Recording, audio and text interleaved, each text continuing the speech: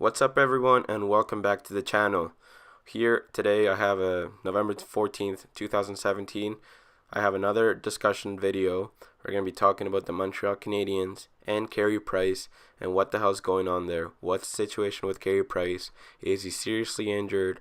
What's going on? And I'm going to look back at the season, the 2015-2016 season that he missed the rest of the season. He ended up missing 70 games in total.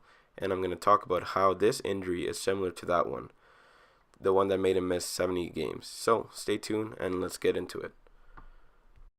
Okay, so on November 14th, today, Tuesday, November 14th, 2017, the Montreal Canadiens have decided to claim Antti Niemi off waivers in order to basically become a insurance policy to back up Charlie Lindgren. Obviously, Charlie Lindgren has played incredibly good the past 2-3 weeks since he got called up. More like 2 weeks actually, since he got called up from Laval. He's done amazing. I think he has a 4-1 record. And yeah, so basically the backups are the two goalies right now were Charlie Lindgren and Zach Fucale, because Al Montoya also got injured in Chicago. I can't remember the exact date that it was, but it was on a Sunday night. He got a slap shot to the head and ended up having a concussion.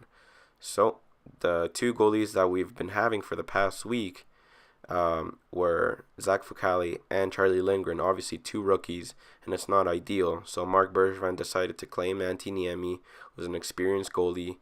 He's won the cup, obviously, to back up Charlie Lindgren. So obviously I'm not hating on that move. That's more of an insurance policy, and if when Carey Price and now Montoya come back, they can just waive him again or terminate his contract, whatever. But what I'm more worried and what I'm complaining about right now is the way that Carey Price and his injuries have been dealt in the past. So this morning, Carey Price and Marc Bergevin addressed the media, basically saying that Carey Price is not making any recovery in his rehab, and he's going to miss basically the rest of the week. He's not going to train. He's not going to practice with the team. So Carey Price got injured on November 22nd in the pregame warm-ups in Minnesota, right before the Minnesota Wild game on November 22nd. The team ended up losing 6-3 that game, and we haven't seen Carey Price with the team since. So this injury is actually very similar to the one he had on October 29th, 2015. Carey Price steps on a puck, in warm-up and gets injured. He plays the rest of the game. The Montreal Canadiens lose 4-3 in Edmonton, and subsequently he misses 3 weeks of action after that game. So obviously Carey Price gets injured here this season on November 22nd in Minnesota, plays the rest of the game, and we haven't seen him since 2 weeks. So those are the similarities. After, in 2015, I just want to finish a story. Carey Price comes back after 3 weeks, like I was saying, plays 3 games, and then gets injured for the rest of the season in the game against the Rangers at Madison Square Garden. He misses 70 games, and the season is lost for the Montreal Canadiens.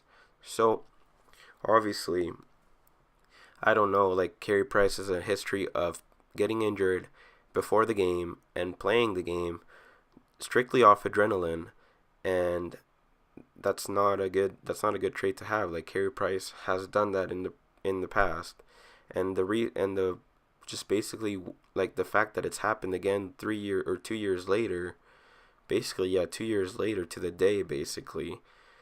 I don't know if we should be blaming Carey Price here because he doesn't listen to his body, or the medical staff, or the coaching staff. But I think they're all to blame because it's happened to Carey Price, and we've seen how he's reacted to injuries in warm-up after he's played the rest of the game. Obviously, he's not a fast healer. He gets injured, and it takes him a while to recover, and sometimes he comes back too quickly. So I think that what we need to do here, what the Montreal Canadiens need to do, is that after he gets injured, let's say he gets injured before the game in warm-ups or whatever, or in practice, a game day practice or whatever, he shouldn't be playing that game. We should let him rest, let him heal properly, rather than him playing strictly off adrenaline. Like I said, it's happened again. I don't know if the Montreal Canadiens organization, the medical staff are to blame, or if it's Carey Price, but I think Carey Price definitely needs to do a better job at listening to his body and realizing that when he gets injured in warm-ups, he needs to take the day off. we'll see, I guess, how the story plays out here in 2017. But I just wanted to let you know a scary fact. I'm not obviously panicking or anything. Charlie Lindgren has done amazing in the 2-3 weeks that he's been with the team. But I'm just saying that the Montreal Canadiens and Carey Price need to be more careful when they get injured. Obviously, players can play through pain and everything when they get injured in warm-ups, but a goalie is different. And a goalie like Carey Price specifically, as he's a slow healer, we need to be more careful with him. He's in his 30s now.